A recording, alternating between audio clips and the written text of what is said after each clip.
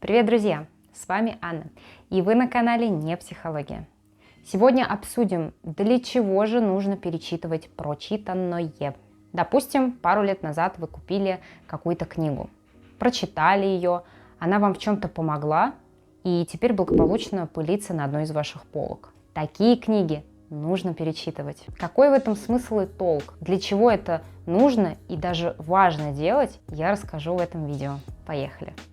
Первое, самое важное, зачем и почему, которое является, так сказать, истоком, из которого исходят все остальные пункты, вместе с нашим жизненным опытом меняется и смысл прочитанного. То есть за эти несколько лет вы пережили определенный опыт, и сейчас, читая эту книгу, вы понимаете многие моменты, которые раньше не могли понять, потому что вы их сами не прочувствовали. Допустим, читали вы про единение с Вселенной, с Всевышним, но вы не понимаете, что это. У вас никогда не было такого ощущения, и вы думаете, да это бред, это просто вымысел, люди придумывают это. Но за эти несколько лет у вас что-то произошло, благодаря чему вы эту связь с Вселенной, с Создателем почувствовали. И когда вы читаете эту книгу в следующий раз, вы наконец-то понимаете, о чем писал автор и что он имел в виду, какие чувства он имел в виду. Далее, за эти несколько лет наш лексикон расширился и увеличился в объемах. За счет этого мы можем правильно, наконец-то, интерпретировать какие-то слова, которые до этого вызывали в нас сомнения и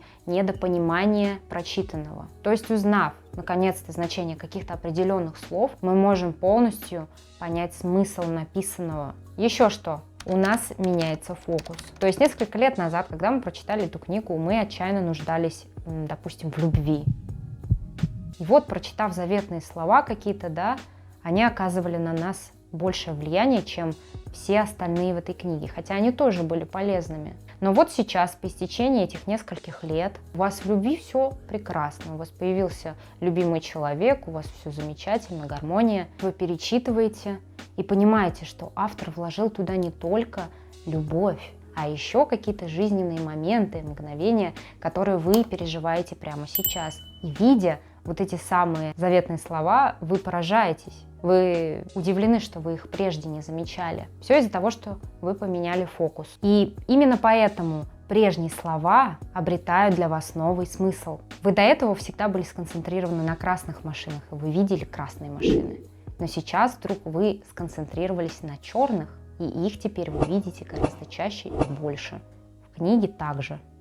Также, благодаря тому, что мы перечитываем прочитанные ранее книги, у нас появляется возможность лучше понять автора. Иногда мы читаем что-то, и мы вот прям критически, категорически не согласны с тем, что пишет автор. Но стоит нам прожить вот этот опыт, эти несколько лет, и мы начинаем наконец-то понимать, о чем же он говорил в этой книге. И что же это за цитата такая, которая в прошлый раз вызвала в нас бурю негативных эмоций. Далее у нас появляется возможность сравнить себя прошлого с собой настоящим и убедиться в том, применяю ли я или не применяю то, что я узнал из этой книги. И у нас появляется возможность исправить это в случае необходимости. Если же, перечитав эту книгу вновь, мы осознали, что применяем те знания, которые получили ранее, то это вселяет в нас еще больше уверенности, что мы на правильном пути. И, соответственно, мы становимся более уверенными в себе и более уверенными в своих действиях. Так сказать, закрепляем результат. Следующий пункт – возможность размышлять и анализировать. Первый раз мы читаем книгу для того, чтобы получить какие-то новые знания. Читая ее еще раз, мы уже можем сконцентрироваться не на том, что написано, а на том, как написано, почему написано так, что автор имел в виду под этим. Размышления, они приводят к успеху. Недостаточно просто прочитать информацию, ее нужно еще и разжевывать у себя в мозгу для того, чтобы запомнить ее и успешно пользоваться ей в дальнейшем. Поэтому повторное прочтение тех же книг дает нам пищу для размышлений и активирует наши мыслительные процессы, которые помогут достигнуть нам лучших и больших результатов в будущем. Ну и, наконец, стоит перечитывать книги для того, чтобы не забывать о том, что там написано, и не забывать применять это на практике. У меня есть такая одна книга, это «Мир без жалоб». Потрясающая книга. Я читаю ее периодически, раз в полгода, раз в год. Первый раз я ее прочитала для того, чтобы избавиться от нытья, от жалоб, от сплетен. И сейчас я перечитываю ее, либо слушаю ее в аудиозаписи, чтобы не забывать использовать те знания, которые она предлагает. Мы, люди, ведь такие существа. Наш несовершенный мозг, наше несовершенное тело всегда стремится к расслаблению. Поэтому периодически требуется подпитывать те знания, которые мы получили, закреплять их и постоянно совершенствовать.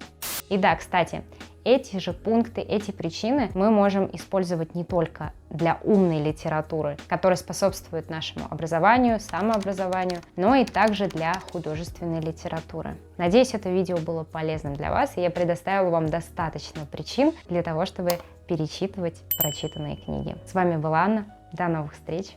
Пока.